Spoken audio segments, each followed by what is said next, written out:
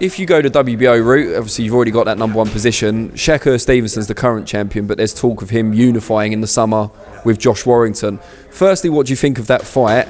And is he someone you'd like to fight? Both kind of storied amateurs, very well accomplished. Yeah, listen, I think it's a fantastic fight. A great clash of styles, and one I would be really interested to see. Sometimes I sway towards most of the time I sway towards Shakur in that fight, but sometimes you gotta think, maybe he hasn't faced someone like Warrington, and let's be honest, Josh is no slouch, and he's not dumb either. He's not just a come forward brawler.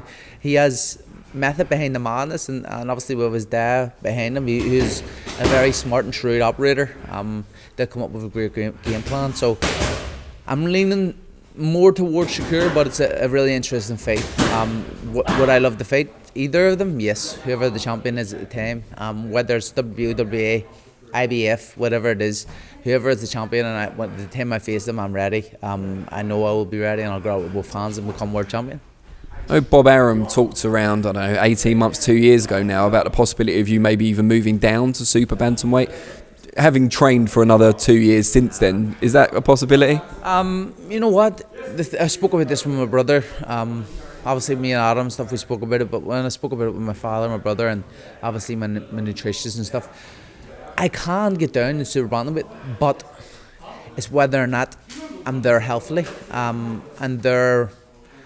If obviously when you start to lose so much weight and stuff, different things start to fade away. Maybe I won't be able to take as good a shot at super bantamweight as what I am at featherweight, because I know I can. But like when you start to take that much out of yourself, little things which you don't know go. So yeah, listen, I could probably make it if I really wanted to, but in terms of my health and in terms of performance, I don't think it would be the right decision. It's also looking like Carl Frampton, your countryman, might soon be fighting Jamel Herring, it seems, for a super featherweight world title. What do you make of that fight? It's a very tough fight for Carl. Jamel is huge. I think he was like lightweight or light welterweight in the amateurs, and he's down to super featherweight now. He's a big dude, strong dude, southpaw, who likes to come forward and can punch too. So it's an interesting one. Carl is obviously in the twilight of his career. Maybe the second last or last fight. Maybe he's had his, in terms of when you're listening to Jimmy Moore, it's his last one really. He's saying so. Can he pull it off? Most definitely. What he's achieved in his career is unbelievable. So who's not to say he couldn't go and beat Jamel Herring? But at the same time, it's a big ask.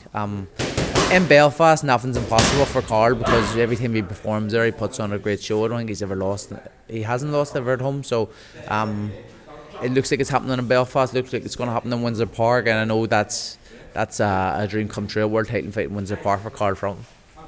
Let me ask you this then. In terms of being, say, the best Irish fighter of the last 20 years, is Carl the benchmark? 100%. 100%. Everything he's achieved has been, phenomenal.